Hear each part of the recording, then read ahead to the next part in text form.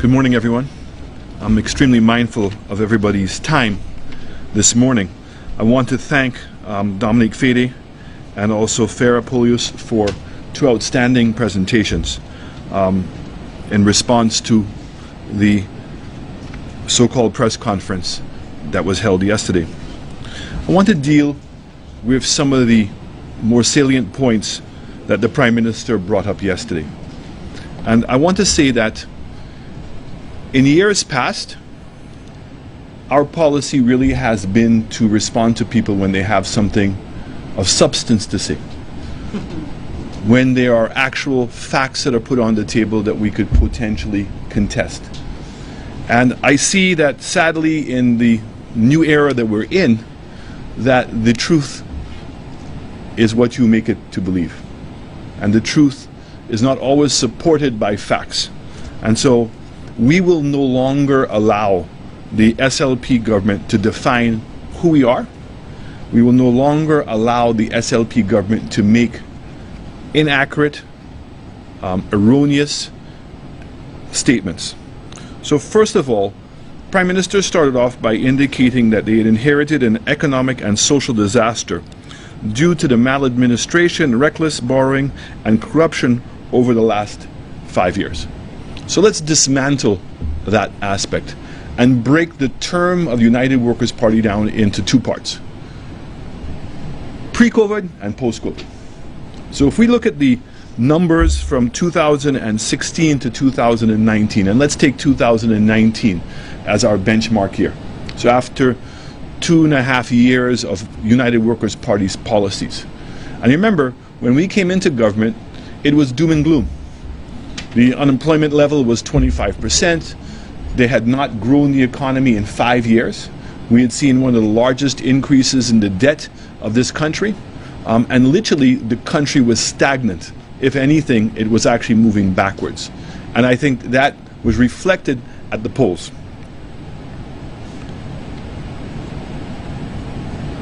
We saw that in 3 years we were able to decrease the unemployment from 25% to 17 or 16.1%. We reduced youth unemployment from 44% to 31%. We upgraded 14 health facilities. We started the St. Jude's, the redevelopment of the St. Jude's hospital. We were able to start the HIA airport. We spent over $150 million in road improvements. We started the West Coast, got the funding completed for the West Coast Road, and the West Coast Road now is on the process of starting. We've seen the work at Cul-de-Sac Bridge, which has already started. We redeveloped and re-strengthened the John Compton Dam that had been sick for so many years and had exposed St. Lucia and to St. Lucians. The water project in the south, the people in the south had been waiting for water for so long. We see the continuation of that project where we're going to take water production from 1 million gallons a day to almost 4.5 million gallons a day. The water project in Deriso, the water project in Choiseul, the water project in Dennery, which we continued.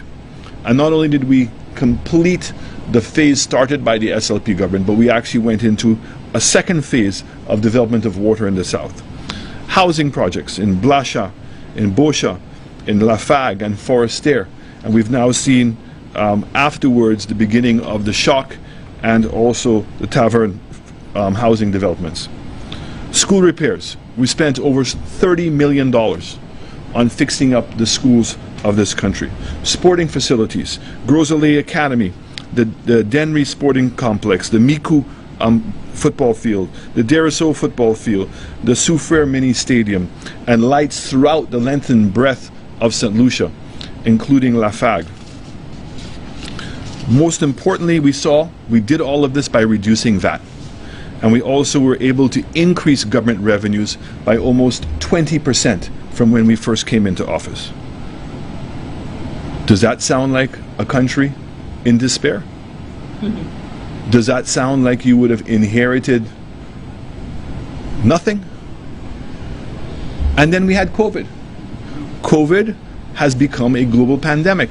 It is probably one of the worst, both health, psychological, education, and economic crises of our time.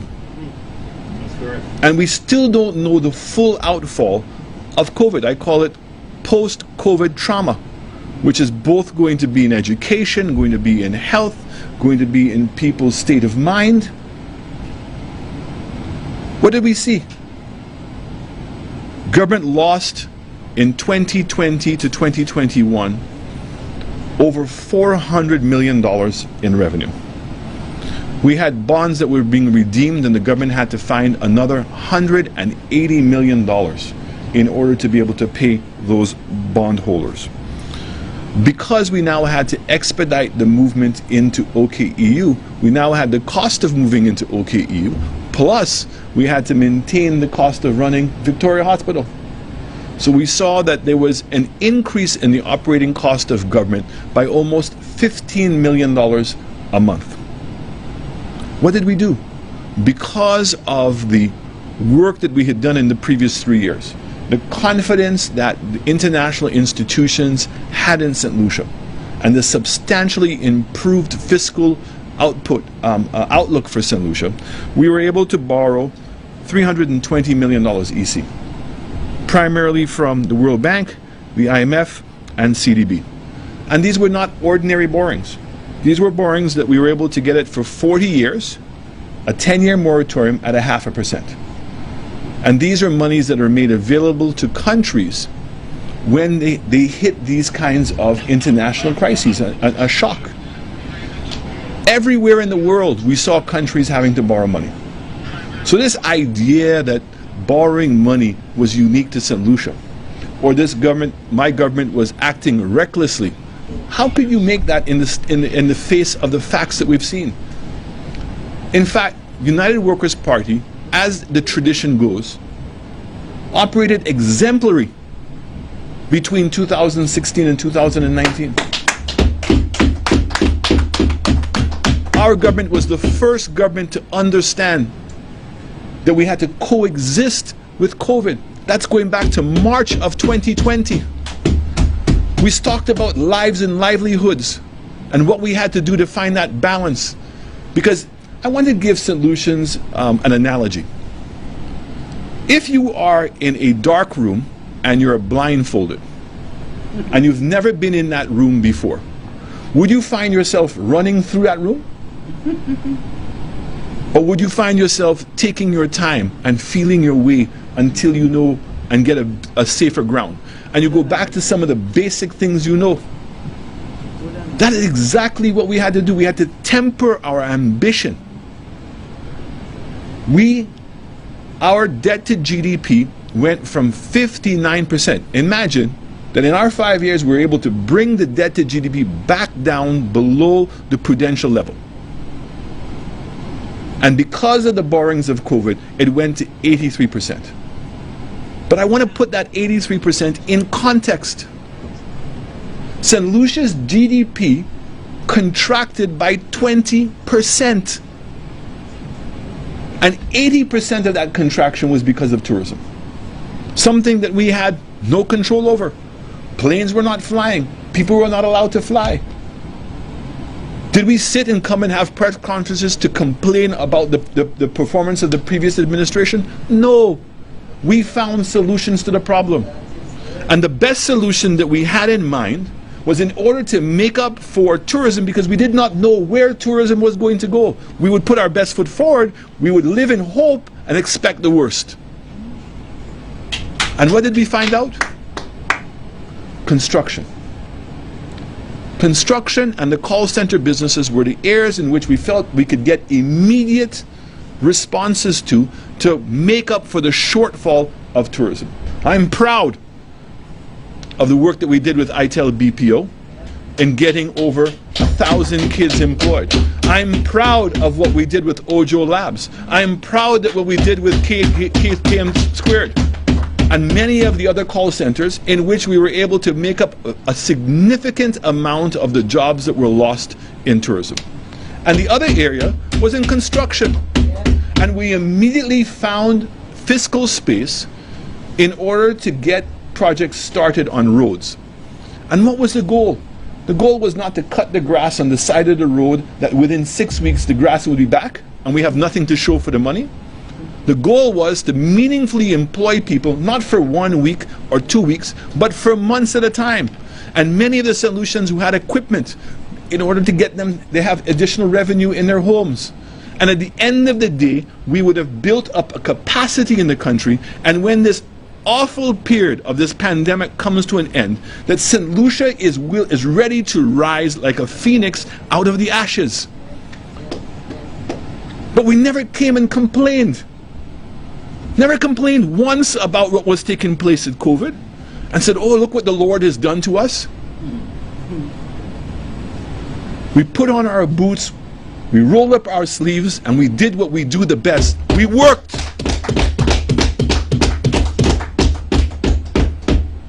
Now, let us look at the results. The Prime Minister likes to talk about the science. He's following the science, always following the science. He can't tell you what the science is, but he's following the science.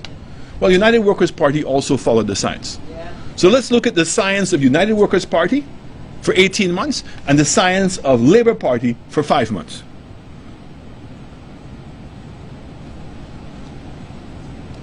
In 18 months, United Workers' Party saw 80 deaths and 5,500 cases in 18 months. The Labour Party in 5 months have had 230 deaths and 11,300 cases. The numbers speak for itself. The only science that the Labour Party is following is political science. And Farah spoke about it. The ability to make the tough decisions. Not always do you give your child what the child wants. And I'm not saying that the people of St. Lucia are children, because I know how we take these things. I'm making an analogy. As a government, you cannot always just do what everybody wants. You have to do what is right. And the government is in a better place in many occasions to make that decision because they have more information available to them. And the reality is, the science of the United Workers' Party was the right science. And it was the one that provided St. Lucians with the greatest amount of protection from a health perspective, and at the same time allowed our economy to be able to grow. So let's take this Christmas period. Everyone in the government is admitting that they knew that there was going to be an outbreak after Christmas.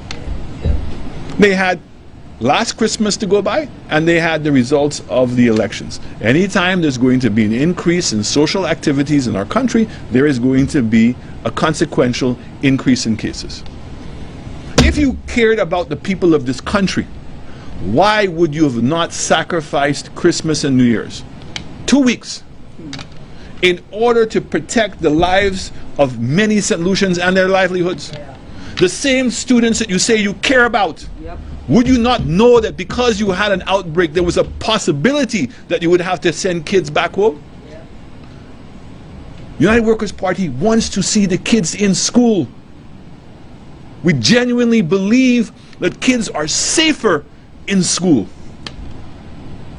But that is undermined when you are having these kinds of numbers, and it takes consultation. Consultation. I want to bring up radical vaccines. Really? We're still having this conversation? My government came out and held a press conference to say we were purchasing vaccines and that we were participating with Bahamas and Barbados to purchase those vaccines. We told everybody how much we were paying for the vaccines.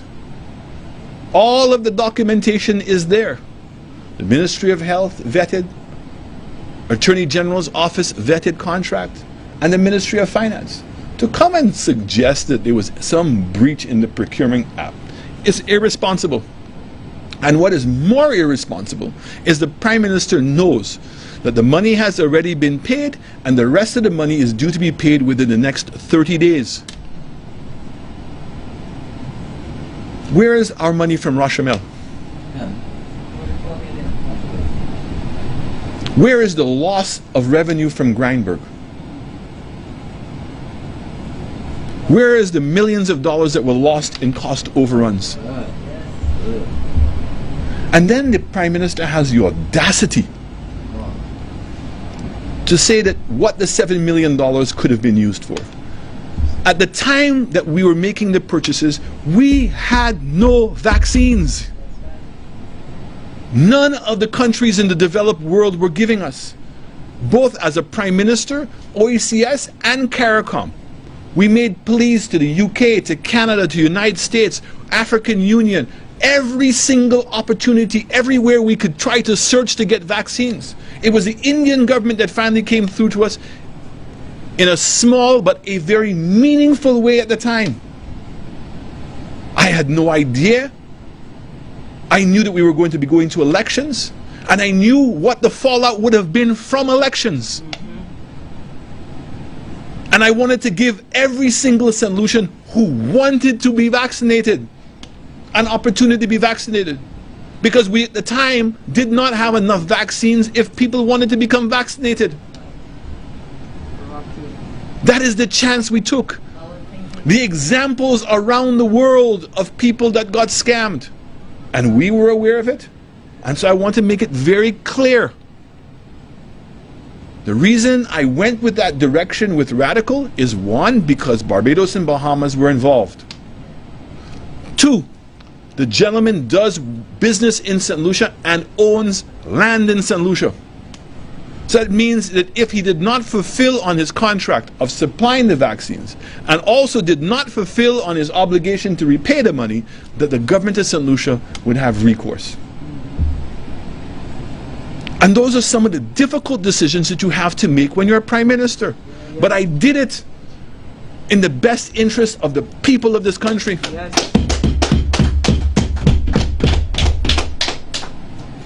I was spending the money on vaccines. Now I want to know that when the Prime Minister receives the entire amount, he's already received $1 million US, how he's going to spend it. Step program. I want to talk about bananas. You talk about inheriting a mess when we came into government. NFTO, a disaster. Had never worked. And I can say it, incapable and incompetent. And a lot of the problems that we had today was because NFTO could not make sure that the standard of bananas and the consistency of that standard was there in order for us to continue to secure our market in the UK. Winfresh, this government again has no shame. It was under their administration that Winfresh was allowed to make investments in factories and investments in the OECS and the Windward Islands, in St. Lucia, in Dominica, in St. Vincent and Grenada. And not one of those investments is profitable. And as a result of that, Winfresh was subsidizing the losses. And so the millions of dollars that the government had to find out of our coffers in order to make sure that the banana farmers were being paid and the market remained open was for that inefficiency. And I am proud of the fact that we actively participated in the receivership of Winfresh to make sure that the most important thing that Winfresh had, which was yeast and the transportation, that we did everything to secure that. And I think that we're well on our way, if you have a committed government, with the establishment and now the involvement of government in NFTO, of the possibility that bananas are going to be rescued. And this continual claim by the Labour Party that there was something wrong with the French market. Are you telling me that a government that had ambitions of diversifying a new market, what's the difference between talking about the French market and the Caribbean market, and sell his bananas? I think that that is a good thing. Since it's been started, and the one that was just laughable is that an OK EU that's not financed. We said it in our campaign in 2016. The reason why the Labour Party never opened up OK EU and only had a naming ceremony is they did not know where to find the money to operate it. For 3 years we've made it public. We've had all kinds of discussions. The estimated cost of running OKE was $70 million a year. Estimate. The actual cost of running Victoria is $35 million. And that's why we were going to introduce healthcare insurance. Because we knew that the government could not pay for the operating cost of OKEU or our health services by ourselves. And that's why we said affordable quality healthcare. And today, that would have been introduced. Today, St. Lucians would have benefited from a $70,000 insurance coverage per year. And we would not be sitting here worrying about where the money was going to come from to fund OKU. But what has happened, in typical labor fashion, you will run ahead of everybody else to scream something without thinking and getting the facts. And now they are finding themselves, how are they going to keep it operational? And to make matters worse, you were supposed to have shut down Victoria and transferred that money to OKEU. You're still having to run Victoria because of COVID. The corruption and the rule of law. The Prime Minister said that he will apply the full force of the law against people who are in breach of it. Hollow words, because the evidence of his action is there not to speak for itself. Rovergate. The evidence is so clear. And my fellow St. Lucians, it's a simple question. If in fact the Labour government wants to defend Ernest Hilaire in what he did, then let's open it up to everybody, because you said you're going to put everybody first. So does it mean now that I can expect that I can go to the St. Lucia High Commission in the UK, tell them I want to buy a car, give them the money, have them buy the car in the name of the High Commission so I can get my duty free, and that they will then transfer the car back to me? Is that now available to all St. Lucians? Is that what we're saying we can do? For those people who say nothing was done wrong, if nothing was done wrong, then wow, there's a loophole, and let's take advantage of it. And let all St. Lucians, let all our minibus drivers and all our taxi drivers and let all our farmers now buy their vehicles in the UK duty free to save 12.5%. The minister's account, the report is there. The St. Jude's report, audit, the report is there. To put a man in your ministry, it's your discretion who you make a minister. All of the information has been made public on Richard Frederick. And while the people of Castries Central can pick and choose who they want, the decision to put him in your cabinet is left on the shoulders of the Prime Minister. And if the Prime Minister wants to speak about integrity and following the rule of law, start there. Start with all of these. Do you know how much more meaningful it would be, those words that you are providing, if in fact you started in your own house?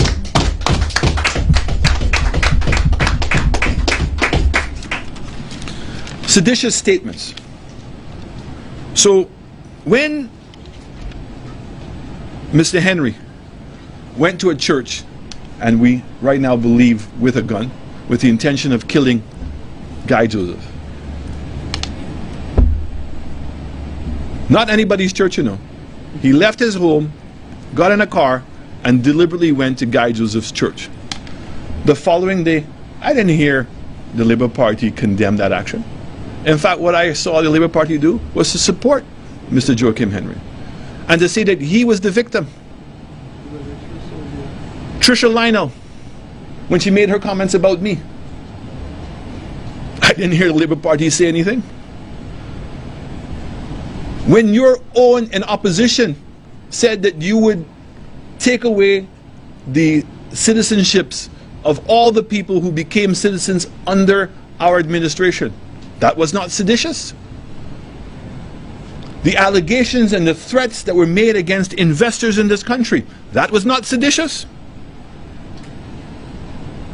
And more recently, you have a person who was a journalist who is now in the government on the payroll of the public service, who publicly threatens somebody, admits to threatening that person, and you have nothing to say? So I'm saying to you, it's the hypocrisy. Finally, I want to say, United Workers' Party has democratically, in our traditions, accepted the results of the last election. And in fact, facilitated and participated in the peaceful transfer of that authority. I want to say to Mr. Pierre that the only landslide that he has is a landslide in Parliament. The fact is, the Labour Party won with 51.4% of the popular vote, and only 51% of the people turned out, the lowest ever. So I want to say to him, the only landslide that we see right now is a landslide in the increases in COVID cases. The only landslide that we see is in victimization. The only landslide that we see is the increase in the number of lies on a daily basis. The landslide in the increases in the number of excuses. But most importantly, and this is the one that the Prime Minister needs to be the most aware of, is in the landslide loss of confidence in his government.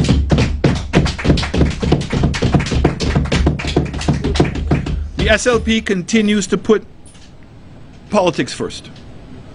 So I want to say to you that I believe the real intention of the press conference that was held yesterday was to lay the ground for the budget coming up. First of all, the Prime Minister indicated that the budget was going to be on April 22nd. In keeping with his own claims, that is not what the Financial Act says. In fact, the Financial Act was amended, and he's expected to lay the estimates of the House before the end of February, and he's expected to lay the appropriations bill before the end of March. But I want to say, all of a sudden, trying to lay blame on the economic situation on United Workers' Party to justify and to do what? He has already said that what he wants to do is he wants to lower cost and increase tax revenues. How? How is he going to do that if he is going to waive property taxes? How is he going to do that if he's going to increase the threshold of people paying personal income taxes? How is he going to do that if people no longer going to have to pay property taxes? So I would say to St. Lucians, watch your bread. I believe that this government are giving serious consideration to increasing the VAT rate of this country. And what I don't know is which projects and which ministries they intend to cut. Because that's exactly the direction they're going to go in. And that will be, in fact, another promise that was made. The fact is that there was a budget in 2021, April to be exact. All the facts of what the finances of this country were laid out. Yet in the face of that, they still went and made these irresponsible promises to everyone because they put politics first. It was more important to them to get into government than to run government. And we are going to pay a very serious price as a country for what is taking place. And I want to put Mr. Pierre on notice that this opposition will not be intimidated. Whether he likes it or not, whether he feels I've accepted the loss or not, I take our role as leader of opposition and in opposition very seriously, even if it's only two voices.